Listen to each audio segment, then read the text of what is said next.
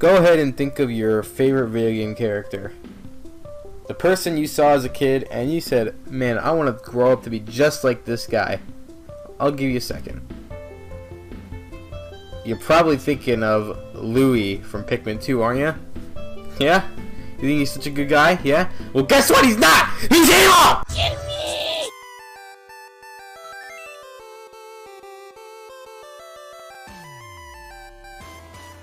Say you can taste me in the ass like Omega. You're wheeling on the floor to go. You suck my dick so I can make a pick. Mine diamond. Keep on rhyming.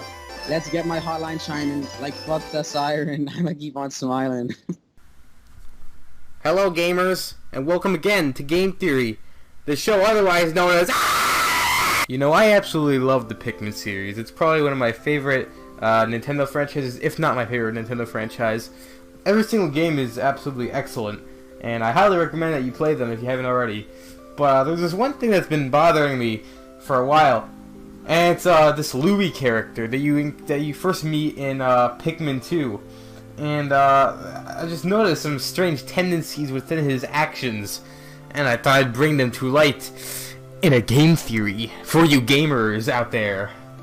We first meet Louie at the beginning of Pikmin 2, in which after Olimar returns home from Hokate after being stranded on a distant planet, finds out his company, Hokate Fright, is 10,000 Pokos in bankruptcy thanks to Louie's failed mission of transferring golden pick carrots to other regions.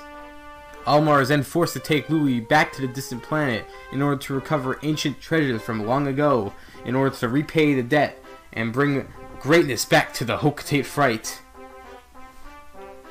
However, as Olimar is taking off back to planet Hokate to repay the debt, he notices that he's missing someone, Louie. And it is now up to Olimar and the president of the Hokate Fright to find and bring him home. And it is there, within the Dream Den, in which Captain Olimar and the President discover an unconscious Louie resting upon a pile of treasure. However, when they go to approach him, the mighty Titan the Weevil is awakened, and Captain Olimar, the President, and the Pikmin fight the mighty beast and slay it, and bring Louie back home. Louie also plays a very important role within Pikmin 3, as he and Olimar are both stranded within the distant planet, and it's up to the Kopaites to save not only them, but also their own planet. One thing leads to another, and the Kopaites eventually find and rescue Louie, and bring him into the SS Drake. However, the very next morning, he causes a lot of trouble by escaping the SS Drake and taking every single bit of their fruit rations. Fast forward again, they eventually recover Louie, find Olimar, defeat the Plasm Rave, and everyone's all safe and sound, and they head back home, yada yada yada. At least that's what we see directly. However, there's a lot of things hidden in between the lines. And with careful analyzation, I have pinpointed that the main villain of the entire Pikmin franchise is in fact Louie. And you may think I'm crazy now, but I'm going to prove it to you. Just watch. Starting back from the beginning, where Louie claimed to have lost the golden pick carrots due to a space rabbit, is complete fucking bullshit.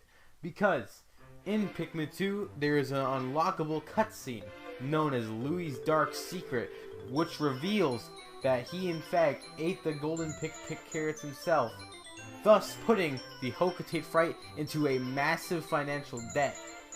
Meaning that all the events that transpire in Pikmin 2 are automatically his fucking fault. So I know what you're thinking, wow, guys make mistakes. Sometimes they eat the fucking most expensive thing in the entire fucking world and make your company go bankrupt. Ha! Wrong! Because there is one thing that I got right here. This is possibly the worst fucking thing. And this automatically proves that Louie is a fucking fiend. An evil fucking villain, alright? You ready for this shit? Here we go. Now, after defeating the Titan Weevil, not only do you get the treasures that are on his body, but you also get Louie as a treasure, and he is known as the King of Bugs. Now, in Pikmin 2, there is this thing known as the Picklepedia that gives you a description of every single thing in the game, both treasure and enemy. We're not going to be looking at the Titan Weevil, as there's nothing interesting in there. However, we do have some very interesting information about the King of Bugs. Olimar's journal says, Louie is back. Somehow, he survived a horrific ordeal with a freakishly large, weapon-wielding Titan Dweevil. I entered a hole with an army of ferocious Pikmin, grimly determined to save Louie from the Titan Dweevil, but it seems that he was perfectly fine all along. I can't understand how he managed to avoid being eaten. He always had an unusually close connection with insects, and I know he loves to cook them. Maybe he wasn't kidnapped after all. Could he have been controlling that beast all along? No, that's craziness! Although, he does insist now that we may address him by his proper title, the King of Bugs.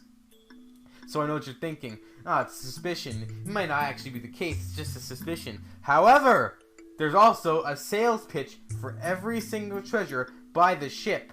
And here's what it says. A new employee of Hocotate Fright. Louie is often silent. Nobody knows what thoughts lurk in his mind. He appears to operate on the same wavelength as insects, often with dangerous results. After he was kidnapped, he somehow managed to hijack a colossal insect's brain. Now I'm not making any inference here, but it clearly states that he controlled the Titan Dweevil, which means that he had full malicious intent to attack Olimar, to attack the president, to attack all the Pikmin. He's at fault here. He controlled the Titan Dweevil and attacked openly as an opposing force, clearly antagonizing the main character, Captain Olimar, who, might I add, is quite sexy. Now you'd be saying to yourself, well, Louie hasn't done that much except for trying to fucking kill Olimar. I mean, come on, he's not a bad guy. Okay, well, yeah, sure, alright. So, history repeats itself in that in Pikmin 2, Louie was left on the planet. So, in Pikmin 3, we're led to believe... what? Well, at the very end of the credits in Pikmin 3, you can see these Pikmin chilling out in the grass and shit. And then in the sky, some star falls into the surface. And all the Pikmin are like, what the fuck is that? And they go over to it. That could be anything. It could be a meteor. Who fucking knows what that is, right? However, if you get a perfect ending, the last day's voyage log you'll get from Alf will be as follows. Our mission is over, and we managed to retrieve all of the edible matter available in this planet's explorable areas. We shall return to Kopai with our heads held high. Strangely, Louie, the other Hocotation we saved, is nowhere to be found. I thought he'd boarded the SS Drake with us, but maybe we left without him? Still, from what we've seen, he'll be okay wherever he is. And that, ladies and gentlemen, is where the main question begins. Pikmin 4 is confirmed. It's pretty much almost done, apparently, according to Miyamoto. And it begs the question, where is Louie? What are his intentions? Will we ever know? Well, I have my own game theory. I presented the facts, I've given the theories, and I have the final theory that'll conclude this, and we will see the truth in Pikmin 4. Louie is still on the planet, and he'll be working to take down Olimar once and for all. He's gonna put him down, and he's gonna have to get some old friends to come back. Who may I be talking about, you may ask? It's quite simple. It's the Gatling Drunk! The Gatling Drunk is coming back in Pikmin!